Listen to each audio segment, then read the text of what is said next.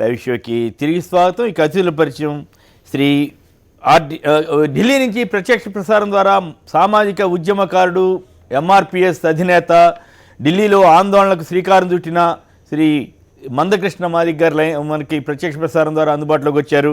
ఇక శ్రీ ఆర్టి విల్సన్ గారు AP BJP నేత, శ్రీ నల్లా సూర్యప్రకాష్ గారు వైఎస్ఆర్ కాంగ్రెస్ పార్టీ జాతీయ ప్రధాన కార్యదర్శి, శ్రీ అద్దంకి దయాకర్ గారు తెలంగాణ కాంగ్రెస్ అధికార ప్రతినిధి, మాలమహానాడు అధ్యక్షుడు, శ్రీ డాక్టర్ శ్రీపతి రాములు గారు సామాజిక విశ్లేషకులు, అలాగే సెంట్రల్ యూనివర్సిటీ ప్రొఫెసర్ గారు.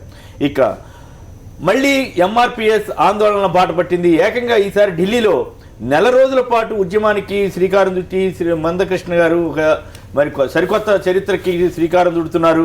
మరి గత దశాబ్దంన్నరగా ఆయన చేస్తున్న పోరాటం మరి ఒక ఫలాన్ని ఇస్తోందా? ఇప్పుడు ఆయా రాజకీయ పార్టీలు తమ వైఖరులను మార్చుకోవడంపై ఆయన మండిపడుతున్నారు. ప్రధానంగా బీజేపీ, టీడీపీలపైన కూడా ఆయన అసహనం వ్యక్తం చేస్తున్నారు. టీఆర్ఎస్ ఇప్పటికే తీర్మానం చేసినప్పటికి కూడా పూర్తి స్థాయిలో చొరవ తీసుకోవాలని ఆయన కోరుతున్నారు. ముందుగా మందకృష్ణ గారు చెప్పండి, ఏమిటి మీ ఉద్యమం ఏ దశకు వచ్చింది? ఇప్పుడు నెల రోజుల పాటు ఢిల్లీలో ఉండడం వల్ల అనేక వ్యయ ప్రయాసాలు కోర్చి కూడా మీరు ఈ కార్యక్రమం చేపట్టారు. మరి దీనివల్ల ఎంత ఫలితాన్ని రాబడతారు? ఏం జరుగుతోంది? అందరికీ నమస్కారం సార్. మీకు నమస్కారం. నమస్కారం. ఎస్సీ రిజర్వేషన్ల వర్గీకరణ కోసం 22 ఏళ్ల సుదీర్ఘ పోరాటం జరుగుతున్న విషయం తమకు తెలిసిందే. ఈ పోరాటం 2 సార్లు విజయం సాధించి సాంకేతిక కారణాలతో ఎస్సీ వర్గీకరణను రాష్ట్రాలకు అధికారం లేదని పేరుతో సుప్రీంకోర్టు రద్దు చేసింది. ఇప్పుడు కేంద్ర ప్రభుత్వం ముందు ఈ వర్గీకరణ సమస్య కీలకంగా ఉంది. పెద్దలు స్వర్గీయ వైఎస్ రాజశేఖర్ గారు ముఖ్యమంత్రి ఉన్న కాలంలోనే 2004లో ఎస్సీ వర్గీకరణ కోసం పార్లమెంట్లో బిల్లు పెట్టమని చెప్పి తీర్మానం చేసి పంపాడు. దాని తర్వాత రాజశేఖర్ గారే, స్వర్గీయ పెద్దలు రాజశేఖర్ గారే ప్రధానమంత్రి మన్మోహన్ సింగ్ గారి దగ్గరకు వచ్చి ఎస్సీ వర్గీకరణ మీద ఒక కమిషన్ వేసేయండి సరే, త్వరగా తేల్చాడని చెప్పి అఖిలపక్షంతో ఢిల్లీకి వచ్చాడు. ఇప్పుడు కేశవరావు గారు కానీ, సురావణ సుధాకర్ రెడ్డి గారు కానీ, ఇంద్రసేన రెడ్డి గారు కానీ అన్ని పార్టీలకు సంబంధించిన వాళ్ళు కూడా అప్పుడు భాగస్వాములు అయ్యారు రాజశేఖర్ గారితో ప్రధానమంత్రితో మాట్లాడుతున్న సందర్భం. దాని మేరకే ఉషా మేరా కమిషన్ నియమించడం జరిగింది. ఈ విధంగా ఇది ఉషా మేరా కమిషన్ సంబంధించిన నివేదిక. ఈ నివేదికలో ఎస్సీ వర్గీకరణ విషయంలో రాష్ట్రాలకు అధికారాలు ఇచ్చే విధంగా రాజ్యాంగ సవరణ తీసుకురావాలని, వర్గీకరణ జరిగినప్పుడే మాదిగలకు, ఉపకులాలకు న్యాయం జరిగింది, వర్గీకరణ లేకపోవడం వల్ల నష్టం జరుగుతున్నమాట వాస్తవమే కనుక రాజ్యాంగ సవరణతో ఈ సమస్య పరిష్కరించాలని, రాష్ట్రాలకు అధికారులు ఇస్తే అవసరమైన రాష్ట్రం ఈ వర్గీకరణ చేసుకునే అవకాశం ఉంటుందని చెప్పి ఆనాడు కమిషన్ సూచన చేసింది. కమిషన్ సూచన అమలు చేయించే దిశగా మా ఒత్తిడి ఎంత తీవ్ర రూపం దాల్చినా కూడా ఆ రోజు ఉండబడే కొంతమంది స్వార్థపరుల ఒత్తిడికి తలొగ్గిన ఆ రోజు కాంగ్రెస్ పార్టీ, సోనియా గాంధీ గారి నాయకత్వంలో కాంగ్రెస్ పార్టీ వర్గీకరణ చేయడంలో నిర్లక్ష్యం చేసింది. ఆ నిర్లక్ష్యానికి నిరసనగా జరిగిన గాంధీ భవన్ ఘటన మీ అందరు చూశారు. కానీ పెద్దలు కక్ష పెట్టుకోలే మా మీద, రాజశేఖర్ గారు ద్వేషం పెట్టుకోలే మా మీద. ఆయన మళ్ళీ రెండోసారి అధికారంలోకి వచ్చినాక మొదటిసారి సోనియా గాంధీ గారికి ముఖ్యమంత్రి హోదాలో కృతజ్ఞతలు తెలియజేస్తున్నప్పుడు 2 మాటలు మాట్లాడాడు. అమ్మ, నేను గత 5 ఏళ్లలో నేను ఇచ్చిన హామీ విషయంలో నేను పోలవరం పూర్తి చేయలేకపోయాను, ఎస్సీ వర్గీకరణ పూర్తి చేయలేకపోయాను, నాకు సహకరించండి అని చెప్పి రాజశేఖర్ గారు చాలా మొదటిసారి అక్కడ మాట్లాడిన సందర్భాలు ఉన్నాయి. చూడండి, త్వరలోనే ఎస్సీ వర్గీకరణ అని చెప్పి పెద్దలు రాజశేఖర్ గారు మాట్లాడాడు. దురదృష్టవశాత్తు ఆయన లేకపోవడం వల్ల ఇవాళ చంద్రబాబు నాయుడు గారు 2004లో నేనే ఢిల్లీకి వెళ్ళి వర్గీకరణ సాధిస్తామన్న చంద్రబాబు నాయుడు గారు ఈరోజు వర్గీకరణ విషయంలో యూటర్న్ తిరిగి మాదిగల్ని మోసం చేసే ప్రయత్నం చేస్తున్న విషయం మనం చూస్తూనే ఉన్నాం. ఒకవైపు బీజేపీ అధికారంలోకి వస్తే 100 రోజులనే వర్గీకరణ చేస్తామన్న బీజేపీ 700 రోజులు గడుస్తున్నా కూడా వర్గీకరణ విషయంలో ఒక కదిలిక అంటూ కూడా తీసుకురాకపోవడం మాదిగ జాతిని ఆవేదనకు గురి చేస్తున్న విషయం కూడా మీ దృష్టికి తీసుకొస్తున్నాను. నేను ఇక్కడ మీ దృష్టికి తీసుకొచ్చే విషయం ఏంటంటే, ఈరోజు రాజ్యసభలో కాంగ్రెస్ పార్టీకి మెజారిటీ ఉన్నది. ఆ రోజు బిల్లు పెట్టకపోయినా, ఆ రోజు తెలంగాణ అంశం ముందుకు రావడం వల్ల కొన్ని కారణాల వల్ల బిల్లు పెట్టలేకపోయినా మేము ఇప్పుడు బిల్లు పెడితే సపోర్ట్ చేస్తాం, బిల్లుకు తీసుకురానని చెప్పి నిన్న మా పోరాటానికి ఫలితం రాబోతుంది అనడానికి సాక్ష్యంగా నిన్న కాంగ్రెస్ ఎంపీలు రాజ్యసభలో ప్రస్తావించిన సందర్భం మీ దృష్టి తీసుకొస్తున్నా.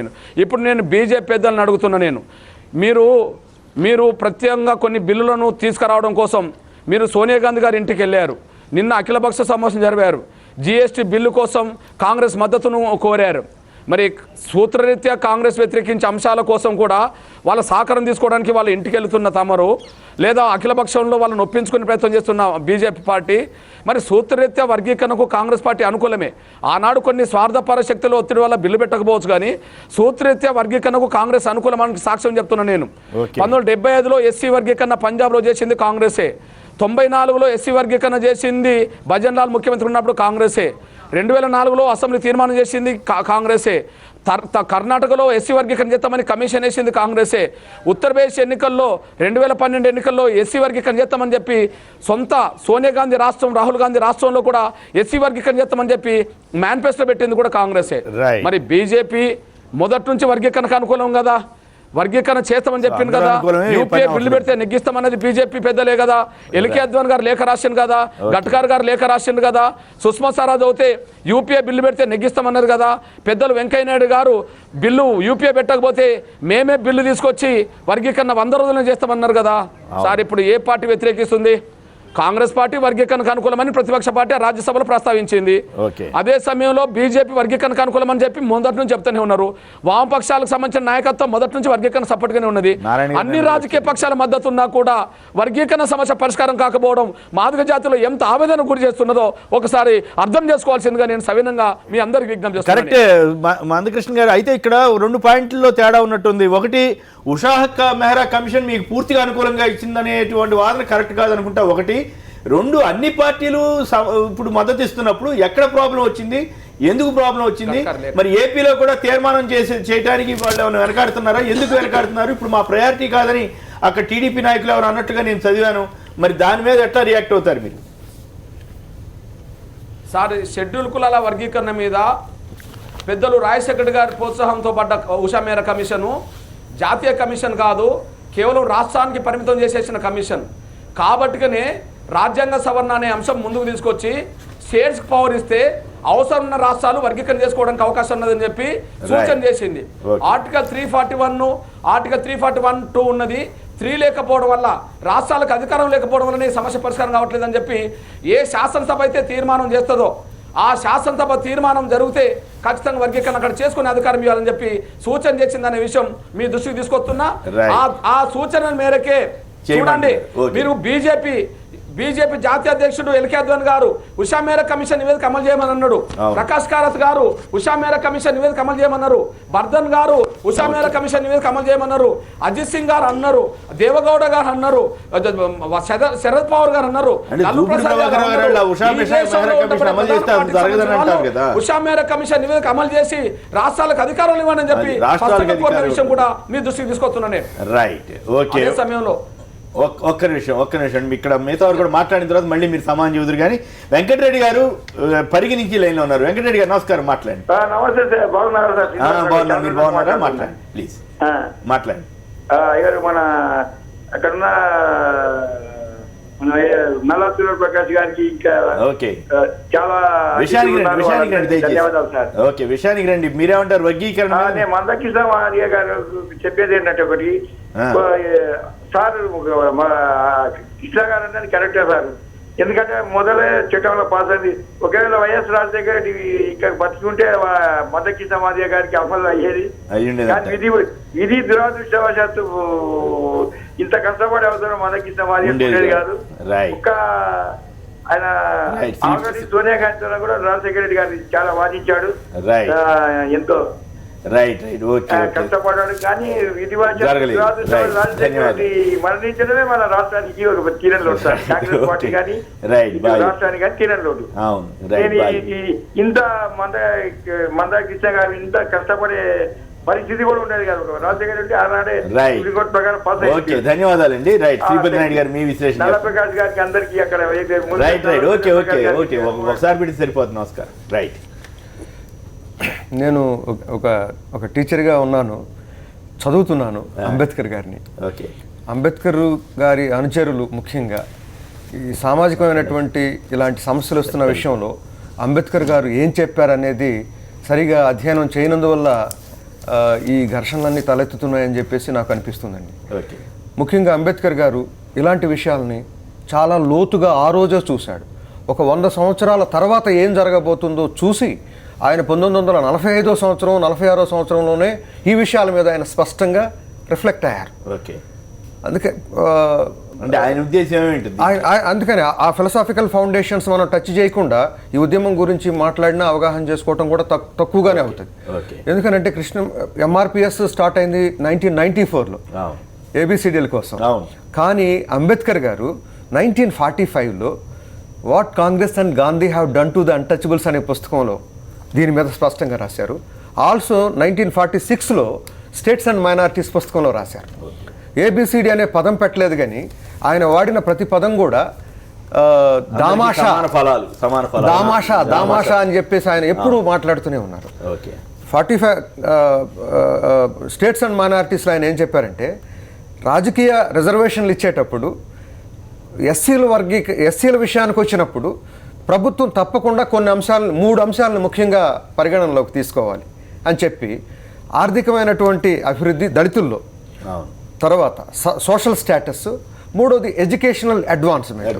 ఎస్సీల్లో ఉద్యోగాలు MLA MP kind of reservations ఇస్తున్నప్పుడు ఈ మూడిట్లో ఎవరైతే అడ్వాన్స్గా ఉన్నారో, ఎవరైతే వెనకబడి ఉన్నారో దాన్ని పరిగణనలోకి తీసుకొని సమాన న్యాయం చేయాలి.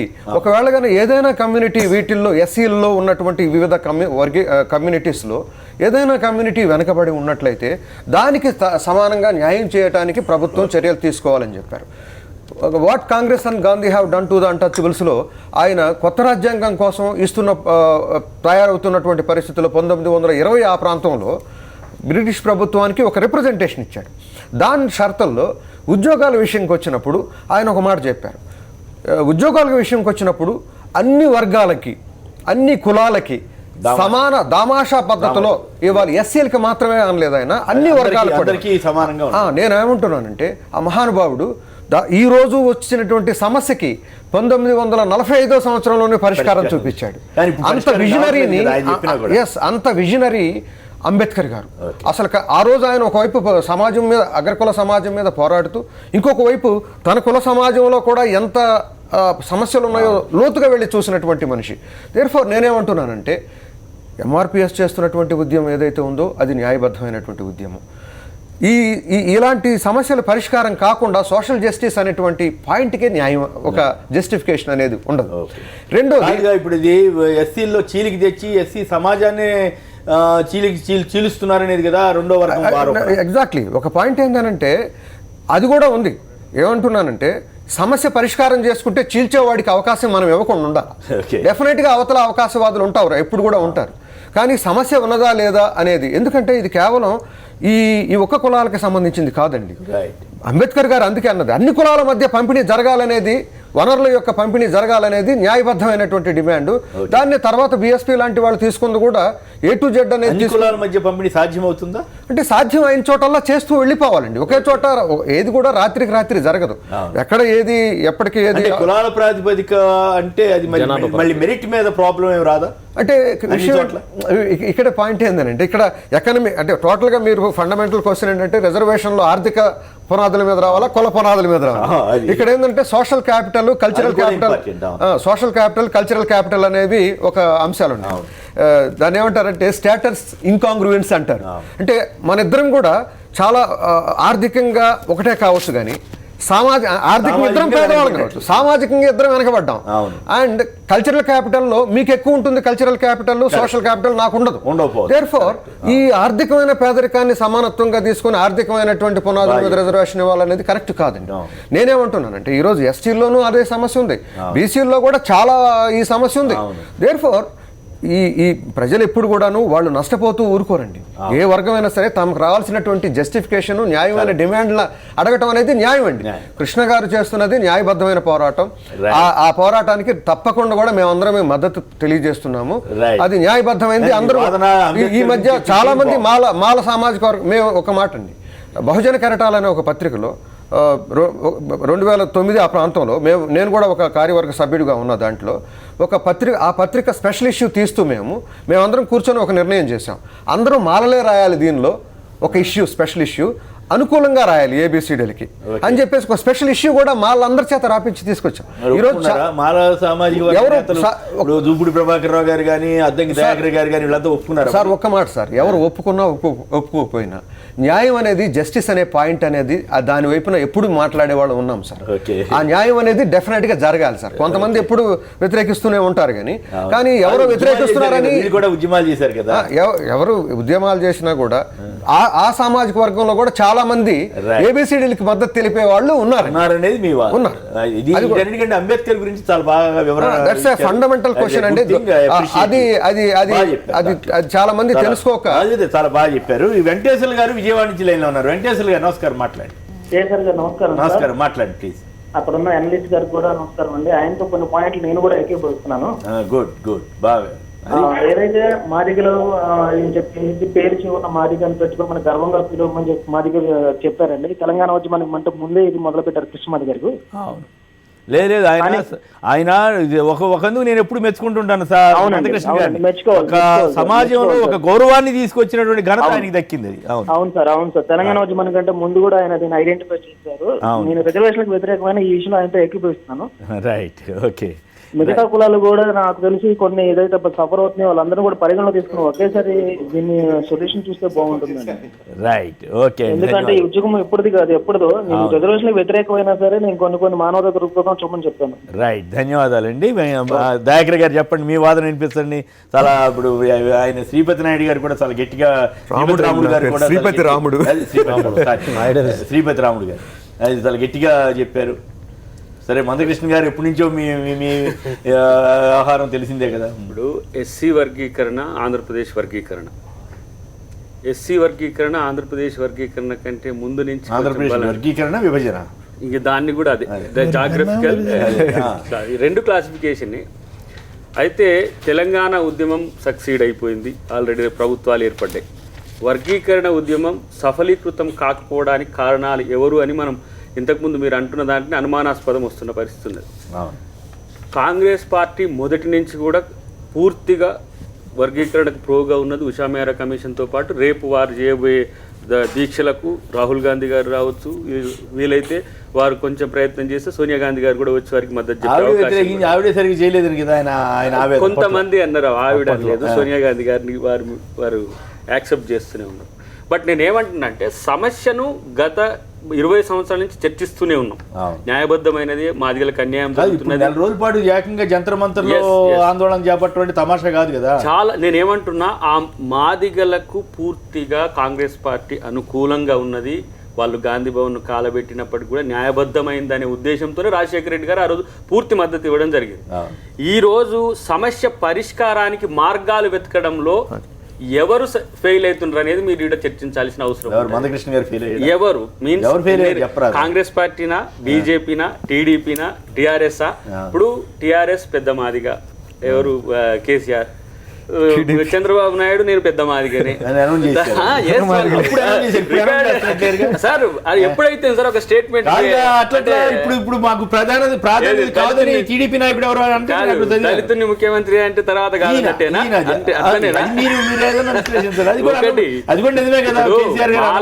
మాలల్లో చాలా మంది ఇంటెలెక్చువల్స్, గద్దర్ కానీ, కంచైలర్ కానీ, మన కత్తి పద్మారావు గారు కానీ చాలా మంది వాళ్ళు ఒక ప్రపోజల్ కూడా వ్యతిరేకించారు కదా. ఇప్పుడు ఆంధ్రప్రదేశ్ కాకంటే ముందు వచ్చిన సమస్య మీరు ఒక్కసారి వారు యూటీ అంటే యుద్ధమే అనే మీటింగ్ కనుక మందకృష్ణ గారు పెట్టిన దాంట్లో చూస్తే, ఇప్పుడు దామాషా ప్రకారం విభజనకు ఎవరూ వ్యతిరేకం కాదు. మనకు మొట్టమొదటిగా ఆంధ్రప్రదేశ్ విభజన తర్వాత, ఎందుకంటే కేటగరికల్గా ఉండదు. ఆంధ్రప్రదేశ్లో మాలాస్ ఎక్కువ ఉంటారు, ఇక్కడ కొంత మాదిగలు ఎక్కువ ఉంటారు ఉన్నారనేది గతంలో ఉండే.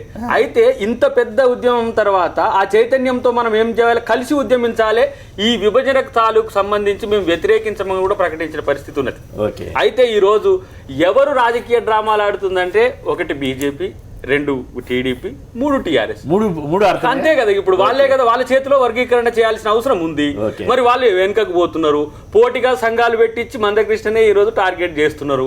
మరి నేనేమంటున్నా, పోటీగా ఎవరెవరు పెట్టించారు? ఇప్పుడు టీఆర్ఎస్ పెట్టింది అటువైపు. ఇప్పుడు మీరు అన్నదే కార్యం శివాజీ ఇక్కడ ఉన్నాడు సార్, ఇప్పుడు జూపుడు ప్రభాకర్ గారు ఎక్కడ ఉన్నారు? టీడీపీ ప్రభుత్వంలో వాళ్ళు ఒకరు SC/ST కార్పొరేషన్ చైర్మన్ గా ఉన్నారు, ఫినాన్స్ కార్పొరేషన్ చైర్మన్ గా ఒకటి ఉన్నారు. మరి చంద్రబాబు గారు ఇక్కడ వర్గీకరణకు అనుకూలమా వ్యతిరేకమా? వ్యతిరేకమైతే ఆ రోజు చంద్రబాబు నాయుడు పుట్టగానే మాలకు చంద్రబాబు వ్యతిరేకి అన్న వాళ్ళు ఈ రోజు ఎట్లా పోయి అక్కడ ఉన్నారు? ఇప్పుడు ఇవన్నీ కూడా నేనేమంటున్నా, చంద్రబాబుకు చాలా వాళ్ళిద్దరు కారం శివాజీ గారు, జూపుడు ప్రభాకర్ గారు చంద్రబాబుని మార్చేశారేమో. మార్చేసిండ్రప్పుడు చంద్రబాబు ఇప్పుడు సీరియస్ గా వ్యతిరేక కదా వర్గీకరణకు. వ్యతిరేకంగా ఆయన ఎక్కడ అనలేదు. ఇంకా మరి ఇప్పుడు వర్గీకరణ కొరకు బిల్లు పెట్టాల్సిన బాధ్యత ఎన్డీఏ గవర్నమెంట్ మీద ఉన్నది. ఆంధ్రప్రదేశ్ లో ఉన్నది ఎన్డీఏ ప్రభుత్వమే, కేంద్రంలో ఉన్నది ఎన్డీఏ ప్రభుత్వమే. గతంలో వర్గీకరణ జరిగిన కాలం కూడా చంద్రబాబు గారి కాలమే, తర్వాత అక్కడ ఉన్నది బీజేపీనే. అంటే ఇప్పుడు మోసం చేస్తున్నది టీడీపీ బీజేపీ అనేది తేలిపోతున్నది కదా. ఇప్పుడు ఎగ్జాంపుల్, ఆంధ్రప్రదేశ్ కొరకు తెలంగాణ కొరకు ఓట్లాడుతున్నప్పుడు ఆంధ్ర ప్రజలు కూడా వ్యతిరేకించినంత మాత్రాన బిల్లు పెట్టకుండా ఆగలేదు కదా. ఈ రోజు బిల్లు పెట్టాల్సిన బాధ్యతలో వెంకయ్యనాయుడు గారా, లేకపోతే మోడీనా, లేకపోతే సోషల్ జస్టిస్ ఎంపవర్మెంట్ మినిస్టర్ ఏదైనా గెహ్లట్ సంథింగ్ ఆయన ఉన్నాడా? అసలు ఎందుకు దీన్ని తాత్సారం చేస్తున్నట్టు? ఈ సమస్య పరిష్కారం కాకుండా ఉండే ప్రయత్నాలను తిప్పికొట్టడంలో ఈరోజు ఉద్యమం సక్సెస్ కాకుంటే మనము ఎన్ని సంవత్సరాలు పోరాడినా మళ్ళా మాలమాదిగలు నిట్ట నిలువున చీలడానికి కుట్రలు జరుగుతున్నాయి తప్పితే ఇది పరిష్కరించడానికి మీలో చాలా చాలా చాలా మార్పు కనపడుతుంది.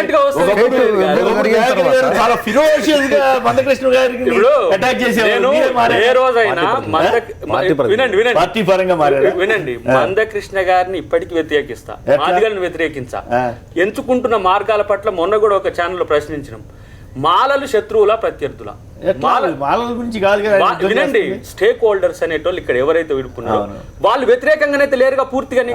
ఇప్పుడు దయాకర్ మూర్ఖుడు అండి, వ్యతిరేకించింది అనుకుందాం. ఇంకో ఎక్స్ మూర్ఖుడు అండి, రాముడు లాంటి వాళ్ళు ఉన్నారు కదా, గద్దర్ లాంటి వాళ్ళు ఉన్నారు కదా, వాళ్ళతో ఒక కోఆర్డినేషన్ వేయండి. ప్రభుత్వాలు రెండింటిని కలిసి 2 రాష్ట్రాలు విడిపోయిన తర్వాత దామాషా మారుతుంది కంపల్సరీ. 2 రాష్ట్రాల టెక్స్ట్ ను ఒకటి మంచి తయారు చేయాలి. త్యాగాలు ఎవరో ఒకరు చేయాల్సిందే. ఇప్పుడు ఆంధ్ర ప్రజలు వద్దంటే మాత్రం త్యాగం చేసి వదిలేసి క్యాపిటల్ లేకుండా కూడా అక్కడ బతకడం లేదా? కొన్ని రోజులు ఇప్పుడు సోషల్ అడ్వాన్స్మెంట్ మాలాస్ ఉన్నారు అనుకుందాం, ఉన్నప్పుడు కొంత వెనుకకు పోవడానికి కూడా నష్టం లేదు.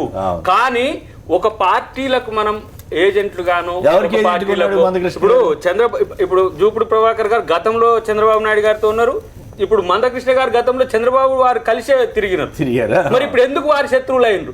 ఇవి రాజకీయాల కొరకు కాదు అని అంటే మరి రమ్మనండి, కాంగ్రెస్ పార్టీకి రమ్మనండి, మేము వర్గీకరణ చేసి పెడతాం. మీ పార్టీలో రమ్మనండి. మరి ఏం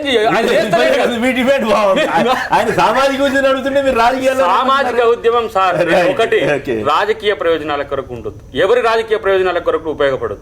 ఈ రోజు బీజేపీని తిట్టడానికి కూడా మనం ఉపయోగపడొద్దు. మాదిగలు నష్టపోతుండ్రు అనే దగ్గర ఎవరు కూడా ఇక్కడ ఏకీభవించిన వాళ్ళు ఎవరు లేరు. కానీ మీరు ఎంచుకున్న మార్గాల్లో ఆ రోజు కూడా రామచంద్రరాజు కమిషన్ కానీ, ఉషామేర కమిషన్ ఈ రెండిట్లలో కేటగరికల్ గా వెనుకబాటు తరాన్ని అడ్రస్ చేసినవి 2 కమిషన్లు కూడా. ఎంచుకున్న మార్గం కుల ప్రాతిపదికన కాకుండా కొంచెం ఆర్థిక ప్రాతిపదికన ఉంటే బాగుండే అంటారు, ఆర్థిక ప్రాతిపదికన వద్దు కుల ప్రాతిపదికన కావాలంటారు. అదైనా కూడా ఈ రోజు రాజ్యాంగ ప్రక్రియకు అవకాశం ఉంది.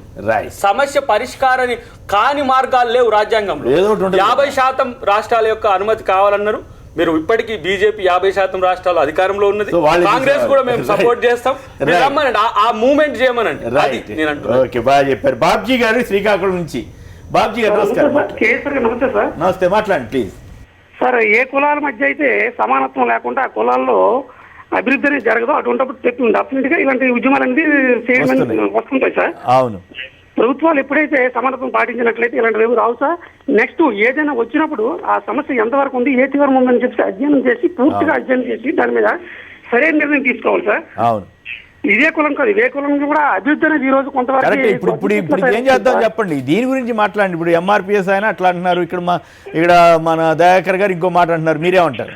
ప్లీజ్ సార్, ఇంకేం లేదు, ఆ కులంలో ఎప్పుడైతే సమానత్వం లేదో డెఫినెట్ గా ఉద్యమాలు వచ్చింది సార్. దీనిపై గవర్నమెంట్ ప్రత్యేకంగా అధ్యయనం చేసి ఏది మంచిది సరైన నిర్ణయం తీసుకున్న ఎట్లా ఇలా ఉద్యమ కార్యరూపం దాల్స్తూ ఉంటాయి సార్. డెఫినెట్ అధ్యయనం చేసి దీని మీద సరైన నిర్ణయం తీసుకోవాలి. సూర్యప్రకాష్ గారు మీ వాదన చెప్పండి. అసలు ఈ ఉద్యమం యొక్క నేపథ్యం చూడాల్సినటువంటి అవసరం ఉంది. ప్రధానంగా ఆనాడు దళితులంతా కూడా కాంగ్రెస్ వైపు ఉన్నటువంటి పరిస్థితి, మాలలు మాదిగలు.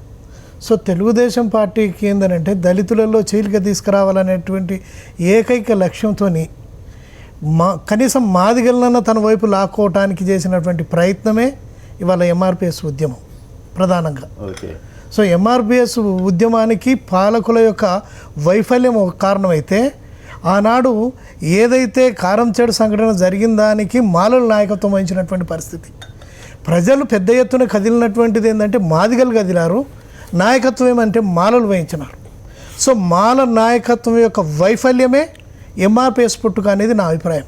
మాల నాయకత్వం వైఫల్యమే ఎంఆర్పిఎస్ పుట్టుక. బాగుంది.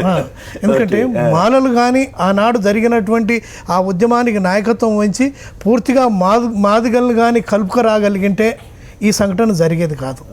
రెండోది ఏంటంటే ఇవాళ కృష్ణమాదిగ అక్కడ కూర్చొని మాట్లాడుతూ ఉన్నాడు, వైఎస్ రాజశేఖర రెడ్డి గారు మాకేందో ఎంతో గొప్పగా చేసినటువంటి వ్యక్తి అనే పద్ధతిలో మాట్లాడుతూ ఉన్నారు.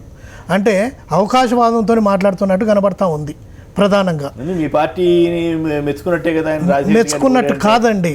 ఈ ఏ టైములో ఏ బాట బాడాలనో అతనికి బాగా తెలుసు. ఎవరికి? మందకృష్ణకు ఏ టైంలో ఎట్లా మాట్లాడాలనేది. ఎందుచేతనంటే మొన్న తెలుగుదేశం పార్టీ తెలంగాణలో అడుగుపెట్టేటువంటి పరిస్థితి లేకుండే.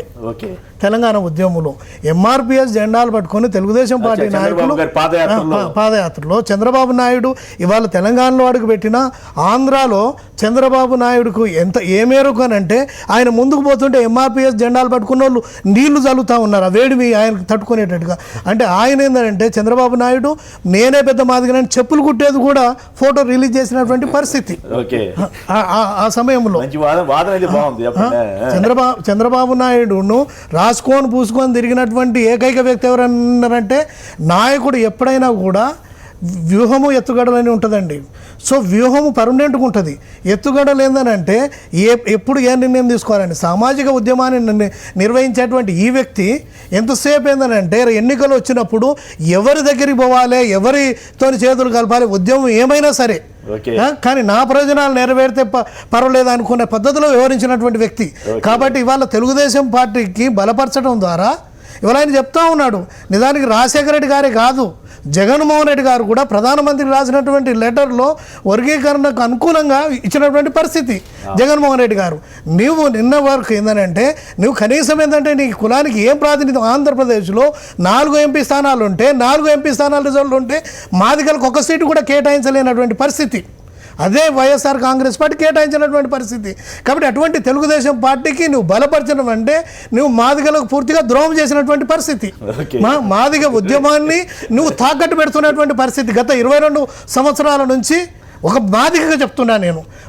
ఇవాళ ఏంటంటే రాజ్యం కోసం, రాజ్యాధికారం కోసం కూడా చాలా తీవ్రంగా విమర్శిస్తున్నాడు కదా. ఇప్పుడు విమర్శిస్తే లాభం అండి. ఇప్పుడు విమర్శిస్తే లాభము అంటే పవర్లోకి నువ్వు తీసుకొస్తావు, గద్దె మీద కూర్చోబెడతావు, గద్దె మీద కూర్చున్న తర్వాత ఒక తండ్రి దాంతో పోయి అక్కడ పోయి ఎగిరి పడతావు, ఆ తర్వాత అయ్యో నన్ను దండి అని చెప్తావు. ఇదే పరిస్థితి. అంతే కదా మరి. దగ్గర రానివ్వకుండా కమ్యూనిటీ అదే కాదు మందకృష్ణ గారినే కదా అని చెప్పి అంటే నాయకత్వం అనేది ఏదైతే ఉందో దగ్గరికి రానివ్వలేని పరిస్థితి. ఎవరైతే చంద్రబాబు నాయుడుకు వ్యతిరేకంగా చివరికి ఏంటంటే మాదిగల్ని శత్రువులుగా చూసినటువంటి వ్యక్తిని ఒక ఏదైతే రాజ్యాంగబద్ధమైనటువంటి పదవి ఏదైతుందో మాదిగలకు వ్యతిరేకమైనటువంటి వ్యక్తికి ఇచ్చినప్పుడు చంద్రబాబు నాయుడు అదేవిధంగా మొత్తం మాదిగలకు వ్యతిరేకంగా ఉద్యమం నడిపించి ఎంఆర్పిఎస్కి వ్యతిరేకంగా నడిపించినటువంటి వ్యక్తికి ఎస్సీ కార్పొరేషన్ చైర్మన్ ఇచ్చిన దాన్ని బట్టి ఏం చెప్తా ఉంది, నువ్వు చేసినటువంటి తప్పిదాల మూలాన్ని, నువ్వు చేసినటువంటి పరిస్థితుల మూలాన్నే ఇవాళ అటువంటి పరిస్థితి ఇవాళ ఆంధ్రప్రదేశ్లో మాదిగలకు నష్టం జరిగిందని అంటే నువ్వు తీసుకున్నటువంటి నిర్ణయమే. తెలంగాణలో మాదిగలకు వ్యతిరేకంగా జరుగుతుంది అని అంటే నువ్వు తీసుకున్నటువంటి నిర్ణయాల మూలాన్ని నువ్వేదంటే ఇప్పటికైనా కూడా కళ్ళు తెరవాల్సింది. ఒక నాయకుడు అనేటువంటి ఏంటంటే పరిస్థితికి అనుగుణంగా నువ్వు ఏ సామాజిక వర్గానికి ఒక్క నిమిషం అండి ఏ సామాజిక వర్గానికి అయితే నువ్వు నాయకత్వం వహిస్తున్నావో ఆ సామాజిక వర్గానికి మేలు జరిగేటట్టుగా ఉండాలి. నువ్వు సామాజిక ఉద్యమం నడిపించేటప్పుడు నీకు రాజకీయాలు ఎందుకు? Right. ఒకవేళ రాజకీయాలే అనుకున్నప్పుడు నీకు ఎవరు మేలు చేస్తున్నారు? ఈ రాష్ట్రంలో ఉభయ రాష్ట్రాల్లో కూడా రాజశేఖర రెడ్డి గారు ఒక మాట మీద కట్టుబడి ఉన్నటువంటి వ్యక్తి.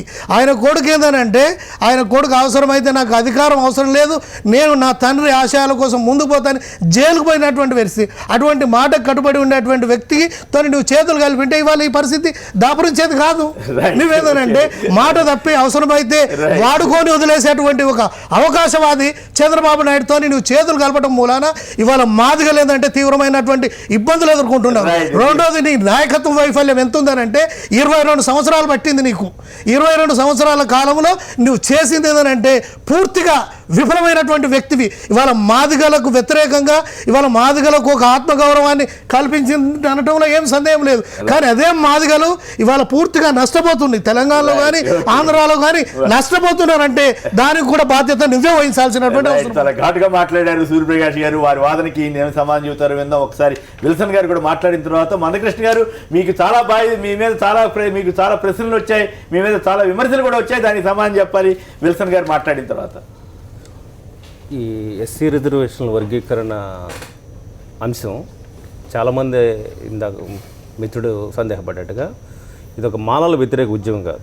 నాకు ఒక 2 నిమిషాలు టైం ఇవ్వండి. ఉద్యమం పునాది నుంచి ఉన్న వ్యక్తిని కాబట్టి జనరల్గా ఏంటంటే మాదిగ దండోర అనగానే మాలల వ్యతిరేక ఉద్యమం కింద కొద్దిమంది స్వార్థపర శక్తులు దాన్ని వాదన బిల్డప్ చేసి క్రియేట్ చేసి ఇంకో కోణంలో చూసుకున్నప్పుడు అది సరైన వాదన. ఎందుకంటే దళితులు అంటరానితనం అనేది మాకు ఉంది కాబట్టి దళితులందరూ మనం యూనిటీగా ఉంటేనే ఇతర శక్తుల నుంచి మనం రక్షించుకోగలం అనేది ఒక ఫిలాసఫీ, అది కాన్సెప్ట్, అది ఆమోదయోగ్యం. అయితే దాన్ని అడ్డం పెట్టి అసలు రిజర్వేషన్లు సామాజిక న్యాయం అనే సిద్ధాంతాన్ని మనం వ్యతిరేకించడం అనేది అది సహేతుకం కాదనేది మాలలకు సంబంధించిన మేధావులు గద్దర్ గారు కానీ లేకపోతే ఇంకా చాలామంది పెద్దలు దీనికి ముందుండి దాన్ని సపోర్ట్ చేశారు. బొజ్జా తారక వీళ్ళందరూ కూడా సపోర్ట్ చేశారు.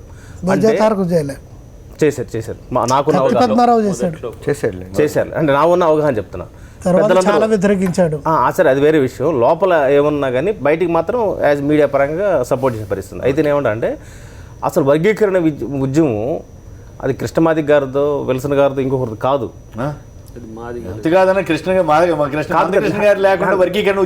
నేను చెప్పే కాన్సెప్ట్ అర్థం చేసుకోవడం.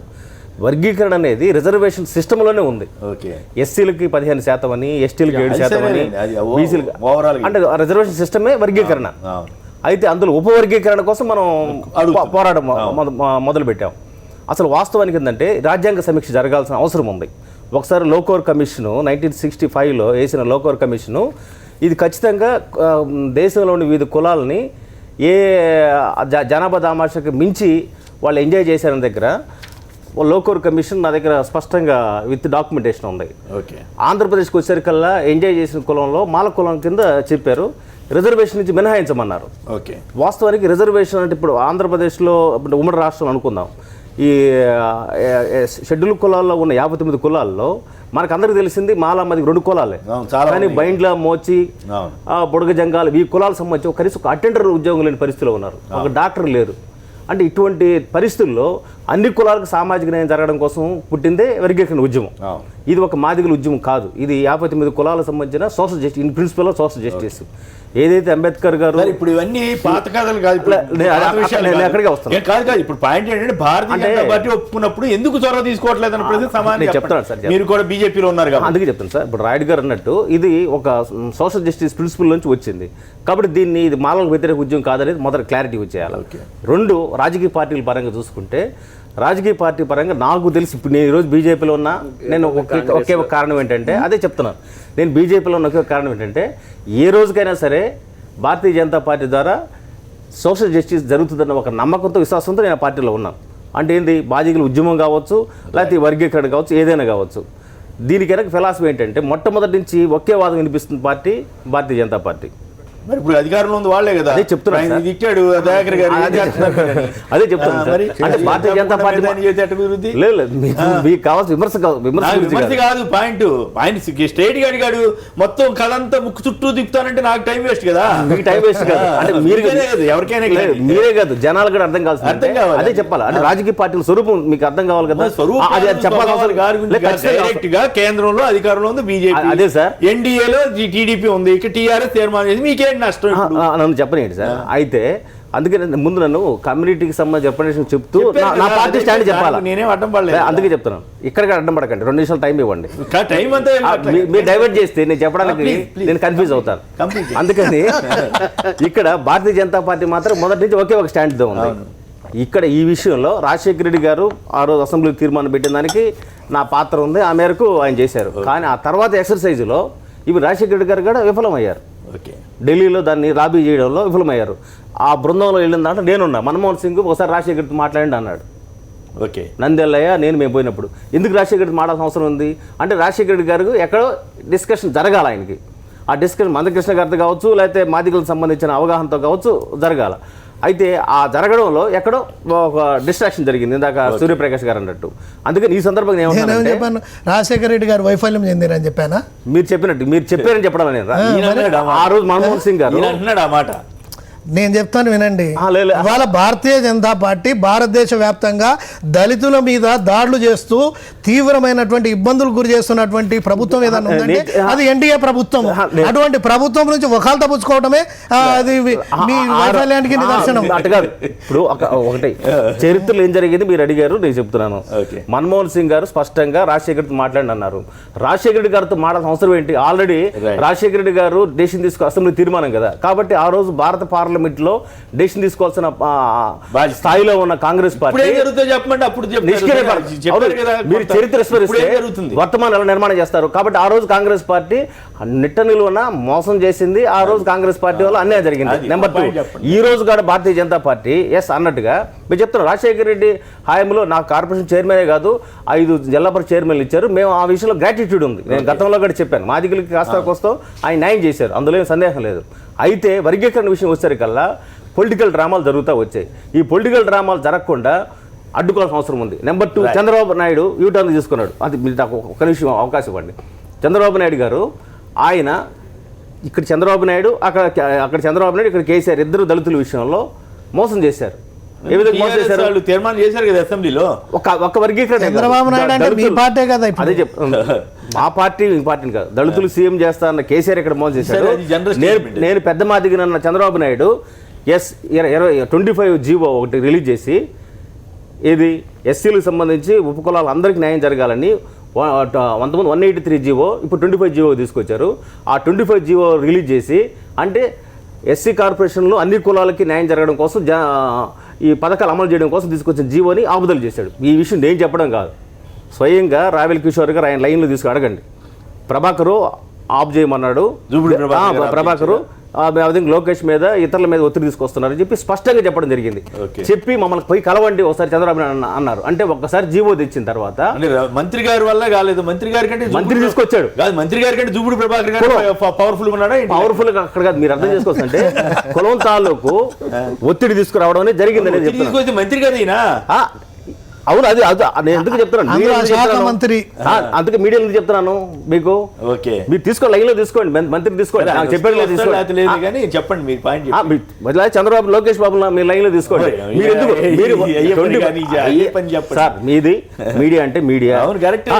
జీవో నెంబర్ 25 తీసుకొచ్చిన తర్వాత చెప్పండి. ఎస్ అది చెప్పనండి. 25 జీవో తెచ్చిన తర్వాత ఎస్సీలో ఉండే 59 కులాలకు సంబంధించిన జీవో ఒకసారి రిలీజ్ చేసిన తర్వాత ఆ జీవో ఎందుకు ఆపారు? చంద్రబాబు నాయుడు సమాధానం చెప్పాల్సిన అవసరం ఉందా లేదా? తెలుగుదేశం పార్టీలో ఉన్న మీరు చాలా మంచి తెలుగుదేశం పార్టీలో ఉన్న వరలరామయ్య గారు కానీ, తెలుగుదేశం పార్టీలో ఉన్న వరప్రసాద్ గారు కానీ, తెలుగుదేశం రావెల్ కిషోర్ గారు సమాధానం చెప్పాలి. ఎస్ మమ్మల్ని అన్నారు బీజేపీ, బీజేపీ ఎస్సీ వర్గీకరణ దేశ స్థాయిలో జరగాలి నేను కోరుకుంటున్నా. ఒక ఆంధ్రప్రదేశ్ భారతదేశం మొత్తం మీద కూడా రిజర్వేషన్ హేతుపడి జరగాలి. సమాధానం చెప్పండి. మీ మీద కూడా చాలా విమర్శలు వచ్చాయి, మీరు ఎట్లా రెస్పాండ్ అవుతారు వీటి మీద?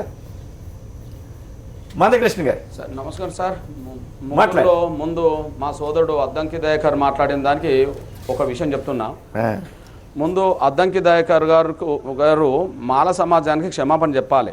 ఎందుకంటే మాల సమాజాన్ని పక్కదారి పట్టించింది, అంబేద్కర్ దృక్పథం నుంచి దూరం చేసింది ఇట్లాంటి మాలమహల్ లీడర్లే. వీళ్ళు వ్యక్తిగత ప్రయోజనాల కోసం ఆనాడు దాన్ని ముందుకు తీసుకొచ్చి మళ్ళీ అదే వ్యక్తిగత ప్రయోజనాల కోసం దాన్ని పక్కకు పెట్టి ఇప్పుడు మాట్లాడుతున్నారు. మీరు దృష్టికి తీసుకొస్తున్నా మాల మహానాడు రావడంతో మాల మాదిగల మధ్యలో ఘర్షణ పెరగడానికి దారితీసింది. మాదిగ దండరం న్యాయం కోసం పోవడం చేయడం వల్ల కాదు, అంబేద్కర్ చెప్పిన దాని ప్రకారం ఉన్నది పంచుకుందామని చెప్పి మేము అన్నాం. పంచుకోవడానికి వ్యతిరేకించే వాళ్ళు అంబేద్కర్ వ్యతిరేకులు. ఆ విధంగా అంబేద్కర్ భావజాలానికి దూరంగా మాల సమాజాన్ని నెట్టేసి మాల మాదిగల ఘర్షణకు కారకుడు ఈ అద్దంకి దయాకర్ లాంటి వాళ్ళు. వీళ్ళు అవకాశవాదులు. మాల సమాజానికి వీళ్ళు క్షమాపణ చెప్పాలి. పివి రావు లాంటి సోదరుడు మాల మహానాడు పెట్టిండు, ఆయన కాంగ్రెస్ టికెట్ తెచ్చుకున్నాడు. అదే సమయంలో జోపడి లాంటి నాయకుడు ఆయన చనిపోయిన తర్వాత ఆయన అంతకుముందు ఎక్కడున్నాడు, ఇప్పుడు ఎక్కడున్నాడో మీరు చూస్తూనే ఉన్నారు, ఏ పదవులో ఉన్నాడో. అదే సమయంలో అది ఇంకో మాల మహానాడు కారం శివాజీ, అప్పుడు చంద్రబాబు నాయుడు ఎట్లా తిట్టిండో ఇప్పుడు ఎక్కడ పోయి పదవి తీసుకున్నాడో మీరు చూస్తున్నారు. ఇదే మాల మహానాడు తెలంగాణలో లీడర్గా ఎదిగిండు కదా ఈయన వర్గీకరణ వ్యతిరేక సూత్రబద్ధం మీద ఎదిగిండు కదా. ఇవాళ మరి కాంగ్రెస్ పార్టీ వర్గీకరణ సమర్థిస్తుందని చెప్తున్నాడు కదా. అంటే మాల మహా లీడర్లే కదా మాల సమాజాన్ని పక్కదారి పట్టించి మాదిగలకు జరిగిన అన్యాయాన్ని కూడా సరిదిద్దకుండా అడ్డుకునే ప్రయత్నం చేయించింది. ముందు నా గురించి మాట్లాడే ముందు, ఎంఆర్పిఎస్ గురించి మాట్లాడే ముందు మాల సమాజానికి నువ్వు క్షమాపణ చెప్పాల్సిన బాధ్యత నీకు నెట్టబడ్డది. నంబర్ వినండి, నువ్వు మాట్లాడినప్పుడు సోదరులారా ఒకసారి పోయి టీడీపీ కాడ అడ్డగాలు, బీజేపీ కాడ అడ్డగాలు, పోతారు. మాట్లాడుతున్నప్పుడు ఎందుకు అని అన్నప్పుడు ఆలోచించాలి. వ్యతిరేకిస్తున్నాం, మేము మాదిగలు వ్యతిరేకిస్తలే. ఇక్కడ సూర్యప్రకాష్ గారు వ్యతిరేకించారు.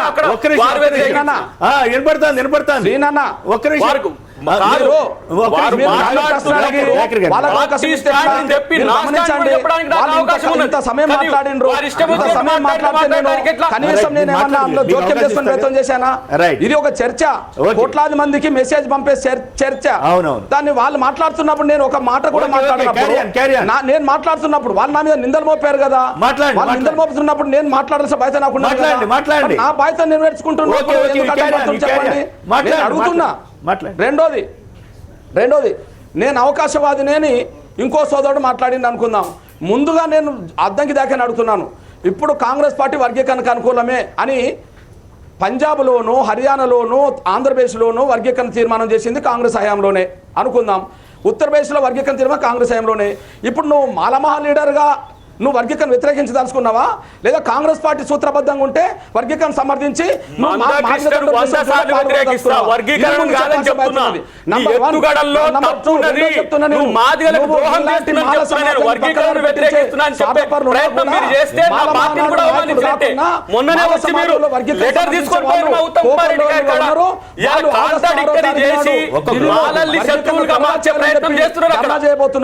నువ్వు మాల మహానాడు లీడర్ గా కాకుండా ఒక మాల సామాజిక వ్యక్తిగా నువ్వు చంద్రబాబు ఏజెంట్ వా, బీజేపీ ఏజెంట్ వా ఇప్పుడు చెప్పు. అది ముందు తెలుసా? వాళ్ళు ఎందుకు నీకు శత్రువులు గారు? వర్గీకరణకు అనుకూలం అయితే నువ్వు రా.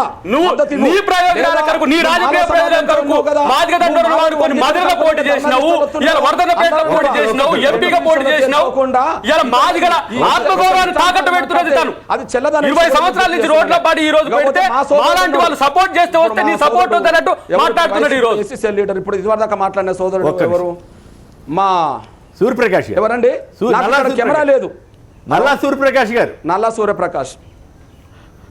సూర్యప్రకాష్ గారు నన్ను అవకాశవాదిగా, అసలు మాదిగ జాతికి జరిగిన నష్టం ఈయన వల్లనే వచ్చినట్టుగా ఈయన మాట్లాడుతున్నాడు. చాలా సంతోషం, మా సోదరుడే కాబట్టి నేను ఈ సూర్యప్రకాష్ గురించి నేను మాట్లాడకుండా నేను అంటున్నాను, అయ్యా చంద్రబాబు నాయుడు గారిని పాదయాత్రకు తిప్పింది నిజమే, ఎంఆర్పిఎస్ తిప్పింది. కారణం ఏంటంటే ఎవరు ఏ భావజాలం కలిగి ఉన్నా వ్యక్తిగా తిరిగే స్వేచ్ఛ పౌరులకు ఉన్నదని చెప్పి ఆనాడు ఎంఆర్పిఎస్ ఉద్యమం 100 రోజులు ఆయన కంటికి రెప్పల కాపాడింది. తిప్పిన మాట నిజము, ఇది వాస్తవము. కానీ అంతకుముందు జగన్మోహన్ రెడ్డి గారు ఒకరోజు మహబూబాద్కు ఓదార్పు యాత్ర పెట్టుకుంటే ఆ ఓదార్పు యాత్రను కూడా అడ్డుకున్నప్పుడు, తెలంగాణ మొత్తం సమాజం కూడా రావద్దని చెప్పి అంటున్నప్పుడు కూడా జగన్ యాత్రను స్వాగతించింది నేనే. జగన్ యాత్ర స్వాగతించడానికి ప్రయత్నం చేసింది నేనే. జగన్ యాత్రను అడ్డుకుంటే అది అడ్డుకున్న వాళ్ళు మూర్ఖులను ప్రకటన చేసింది నేనే. ఎందుకంటే వ్యక్తి స్వేచ్ఛ మీద నాకు గౌరవం ఉన్నది కాబట్టి, రాజ్యాంగం ఇచ్చిన స్వేచ్ఛను అందరు గౌరవించాలి కాబట్టి నేను మాట్లాడినా. అందులో చంద్రబాబు కంటే ముందు ఒకరోజు యాత్రకు జగన్కు సహకరించాను. ఒకసారి నీకు తెలియదు అప్పుడు, ఎందుకంటే నువ్వు జగన్ పార్టీలో కాంగ్రెస్లో నువ్వు లేవు కాబట్టి నీకు తెలియదు. ఒకసారి జగన్ గారిని కలుసుకుంటే నీకు నా విషయం చెప్పడానికి అవకాశం ఉన్నది. ఇక రెండోది, రాజకీయంగా సపోర్ట్ అంటే మీ దృష్టికి తీసుకొస్తున్నా, మీరు గమనించాల్సిన అవసరం ఉన్నది. ఇగో ఇది కాంగ్రెస్ పార్టీకి మాదిగల అండ. ఇగో ఇక్కడ చూడండి, ఎక్కడ కరీంనగర్ ఉప ఎన్నికల్లో రాజశేఖర రెడ్డి గారు కృష్ణ నేను వర్గీకరణ చేయించే ప్రయత్నం చేస్తాను, కమిషన్ వేపిస్తాను, న్యాయం చేస్తాను, దయచేసి నువ్వు కూడా మాదిగల పరంగా నువ్వు అండ నిలబడమంటే ఇగో అప్పుడు జీవన్ రెడ్డి అభ్యర్థి జీవన్ రెడ్డి ఇంట్లోనే ఒకవైపు కేశవరావు గారు ఒకవైపు రాజశేఖర గారి సమక్షంలోనే కాంగ్రెస్కు మాదిగల అండ అని చెప్పి పార్టీ పత్రికల్లో వచ్చిందనే విషయం రాజశేఖర్ గారు ఎంఆర్పీఎస్కు కృతజ్ఞత చెప్పిన విషయం కూడా మీరు తీసుకుంటున్నాను నేను. కొడతామంటే భయం, పెడతామంటే ఆశ అన్నట్టుగా శత్రువును ఎవరైనా వ్యతిరేకిస్తారు కానీ మిత్రులుగా ముందుకు వచ్చే వాళ్లకు ఎవరైనా సాయం చేయాలని చూస్తారు. అట్లాంటి సమయంలో తెలంగాణ ఉద్యమం పతాక స్థాయిలో ఉన్న సమయంలో కూడా కేసీఆర్ ఒక మాట అంటాడు, ఏమన్నాడు, నేను నా గురించి నా తెలంగాణకు మద్దతు వచ్చే వాళ్ళు ఎవరైనా బొంత పురుగునైనా ముద్దాడతా అన్నాడు. తెలంగాణను వ్యతిరేకించే వాళ్ళు శత్రు అన్నారు. మరి అప్పుడు నాకు ఏబిసిడి కావాలి కాబట్టి రాజశేఖర్ గారికి నేను అండదండలు అందించాను. ఆయన కృతజ్ఞత నిరూపించుకొని ప్రయత్నం చేయబోయాడు. వైఫల్యం చెందింది అనేది మాట ఇప్పుడు ఎవరన్నారు, మా బీజేపీలో ఉండబడి మా విల్సన్ సోదరు అన్నాడు. ఆయన వైసీపీ కాంగ్రెస్ పార్టీలో ఉన్నంత వరకు రాజశేఖర్ గారికి దేవుడైండు. వైఫల్యం అనే మాట బీజేపీలో ఉన్నప్పుడు అంటాడే తప్ప వైఫల్యం ఉన్నప్పుడు మాట ఇప్పుడు అంటలేడు. నేను చెప్తున్నా, నేను రెండోసారి ముఖ్యమంత్రి అయిన తర్వాత మొదటిసారి ఢిల్లీకి వెళ్ళి సోనియా గాంధీ గారికి కృతజ్ఞత చెప్పే సమయంలో ఆయన ఆత్మపరిశీలన చేసుకున్నట్టుగానే మాట్లాడిండు. అమ్మ నేను చేసిన ప్రయత్నం ఇక్కడ అనుకూలంగా రాకపోయింది, కొంతమంది ఒత్తిడికి తొలగినట్టుగా కనిపించింది, దయచేసి నాకు పోలవనం కట్టే ప్రయత్నం చేయండి, వర్గీకరణ చేసే ప్రయత్నం చేయండి అని రెండోసారి అడిగాడు. ఏ మనిషికైనా ఆత్మపరిశీలనే కదా ముఖ్యం. ఆ మనిషి ఆత్మపరిశీలన చేసుకున్నాడు కదా. ఇప్పుడు బీజేపీ ఎస్సీ వర్గీకరణకు బీజేపీ బిల్లు పెడితే మధ్యస్థం అనేది బీజేపీ కదా. ఒకవేళ కాంగ్రెస్ బిల్లు పెట్టకపోతే మేమే వచ్చి అధికారంలో వచ్చి 100 రోజులు చేస్తామనేది కూడా బీజేపీ కదా. చూసుకో సోదరులారా, ఇప్పుడు మనం మాట్లాడాల్సింది ఒక విషయం గుర్తు చేసుకుందాం. షెడ్యూల్ కులాల వర్గీకరణకు ఏ పార్టీ వ్యతిరేకం కాదు. ఇప్పుడు ఏ పార్టీ వ్యతిరేకం అన్నప్పుడు బిల్లు పెట్టడంలో జాప్యం ఎందుకని నేను ఇక్కడ కూర్చున్నా. ఎవరి మీద ఒత్తిడి పెట్టడానికి కూర్చున్నా నేను? ఆనాడు కాంగ్రెస్ మీద ఒత్తిడి పెట్టే ప్రయత్నం చేశాం, ఈనాడు బీజేపీ మీద ఒత్తిడి పెట్టే ప్రయత్నం చేస్తున్నాం. ఇప్పుడు నేను కోరుతున్నది ఏంటంటే, మా అద్దంకి దయాకర్ అనే మా సోదరుడు మాలవైతే మాలలకు ధర్నా చేయడానికి వర్గీకరణ కోసం వస్తుండ్రు, నువ్వు రా. నువ్వు కాంగ్రెస్ అవుతే ఈ ఉత్తమ్ కుమార్ రెడ్డితో పాటు దిగ్విజయ్ సింగ్ గారు చాలా మంది రాబోతున్నారు, అందులో నువ్వు రా. నువ్వు నీకు నీతి నిజాయితీ ఉంటే ఆ పని చేయి. అట్లనే మా సోదరుడు ఎవరు, మా వైసీపీలో ఉండబడే మా సోదరుడు, నేను అంటున్నాను, ఇప్పుడు రాజశేఖర్ గారికి ఆయన గొప్ప దేవుడు కావచ్చు, కానీ బహుజన్ సమాజ్ పార్టీలో నువ్వు రాష్ట్ర అధ్యక్షుడు ఉన్నప్పుడు రాజ్యాధికారం ముఖ్యము, రెడ్డోళ్లకు కమ్మోళ్లకు అధికారం అవసరం లేదు, మన బహుజన్లకు అధికారం ఉన్నది నువ్వే చెప్పినావు కదా. ఆనాడు బహుజన్ సమాజ్ పార్టీలో ఉన్నప్పుడు కాన్సీరామ్ నీకు దేవుడు, వైసీపీలు ఉంటే నీకు రాజశేఖర రెడ్డి గారి దేవుడు. నేను అట్లా కాదే, వ్యక్తిగత పదవుల కోసం ఏనాడు నేను నా జాతికి మేలు జరగడం కోసం చేశాను. కొంత సఫలం కావచ్చు, కొంత ఇబ్బంది కావచ్చు. వైసీపీలు ఉంటే నువ్వు ఒక మాట మాట్లాడతావు, మరొక మాట మాట్లాడతావు.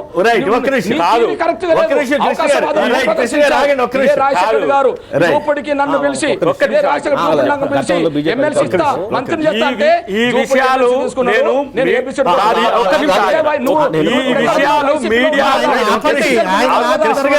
జగన్మోహన్ రెడ్డి ఒకసారి వర్గీకరణ నుంచి మాట్లాడితే జగన్మోహన్ రెడ్డి గారు ఏమన్నారంటే, కృష్ణన్న నువ్వు వర్గీకరణ నుంచి మాట్లాడుతున్నావు కదా, రాజ్యసభ నేను ఇస్తా, పోయి పార్లమెంట్ లో మాట్లాడమన్నాడు. అప్పుడు నేను మీ పార్టీలో ఉండబడ్డ మారప్పకి చెప్పి నేను తప్పుకున్నా.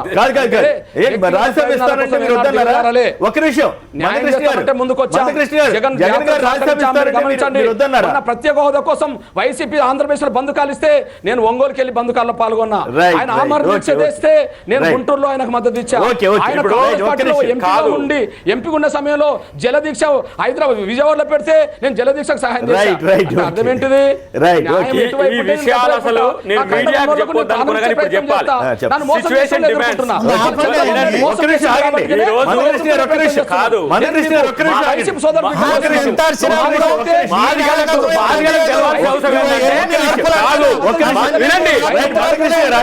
మాదిగలకు మందకృష్ణ పేటెంట్ రైట్ కాదండి.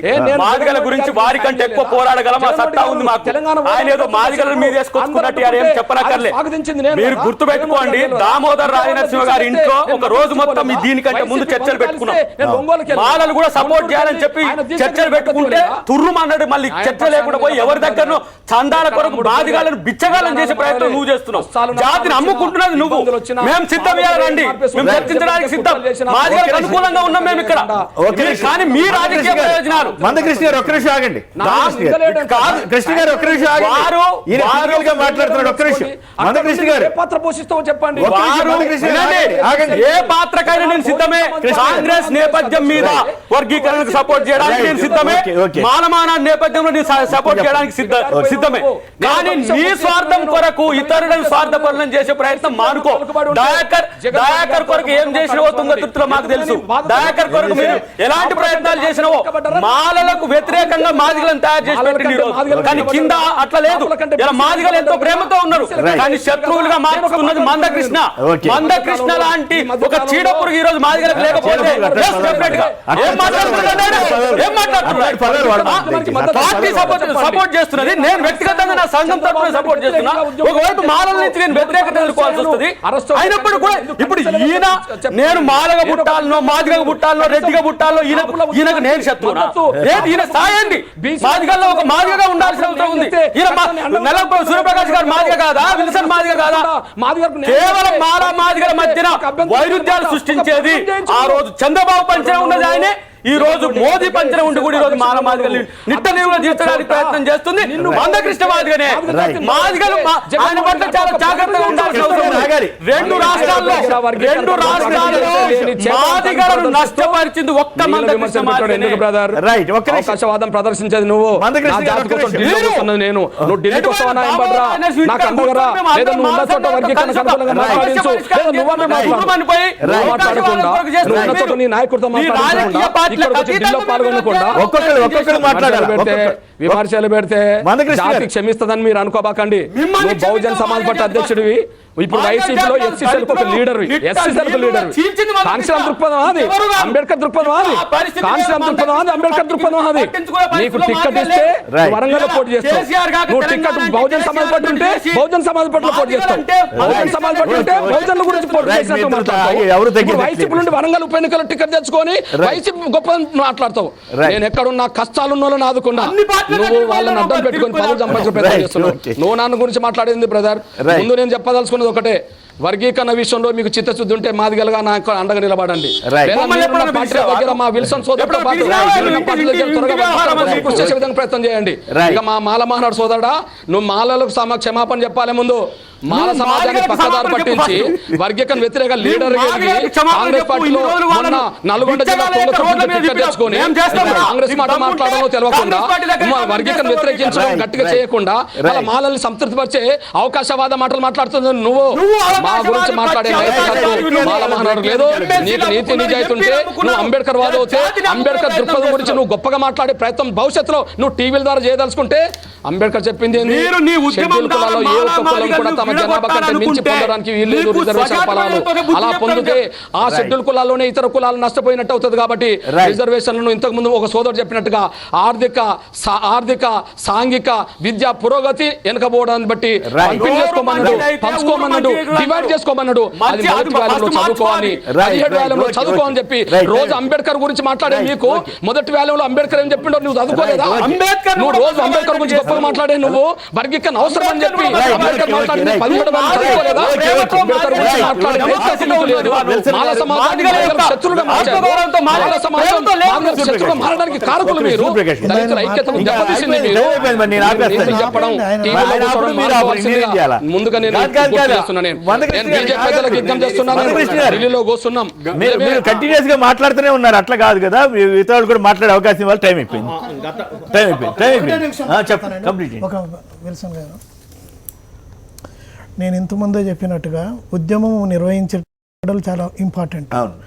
కాంగ్రెస్ హయాంలో, రాజశేఖర రెడ్డి గారి హయాంలో ఆయన చాలా దీర్ఘంగా ఆలోచన చేసి దీనికి అంతటి కూడా కారణం ఏంటంటే ఎవరికైతే వాటర్ రావటం లేదో ఒకటే మాట చివరికి ఒకటే మాట చెప్పదలుచున్నాను. ఏంటంటే అసెంబ్లీలో మాదిగల ప్రాతినిధ్యం పెరిగినప్పుడు మాత్రమే ఖచ్చితంగా ఏంటంటే ఓకే. మాదిగల ప్రయోజనాలు అదంతా చరిత్ర ప్రయోజనాలు నెరవేరుతాయని చెప్పి ఆయన ఏంటంటే సగం సీట్లు 48 దీక్ష చేస్తున్నారు, దానికి ఏం చెప్పండి? కాదండి 48 సీట్లకు గాను 24 మాదిగలకు 24 మాలలకు మొదటిసారిగా రాజశేఖర రెడ్డి గారు ఇచ్చినటువంటి వ్యక్తి. ఆ టైంలో మాదిగలు 25 మంది గెలిచినటువంటి పరిస్థితి. Right. కాబట్టి నేను చెప్పదలుచుకుంది ఏంటంటే అటువంటి రాజశేఖర రెడ్డి గారి కుమారుడు మాట మీద నిలబడే వ్యక్తికి నువ్వు సపోర్ట్ చేయకుండా ఇవాళ చంద్రబాబు నాయుడు గద్దె మీద కూర్చోబెట్టి ఇవాళ మాట్లాడుతున్నావు అంటే నువ్వు అవకాశవాదిగా మారి ఇవాళ మొత్తం మాదిగ జాతికి క్షమాపణ చెప్పాల్సిన అవసరం ఉంది నువ్వు. Right, okay okay. ఇప్పుడు గతంలో భారతీయ జనతా పార్టీ టీడీపీ భాగస్వాములు ఉన్నప్పుడే జాతీయ స్థాయిలో జరగాల్సిన ఇప్పుడు subject. చేయండి మరి తొందరగా.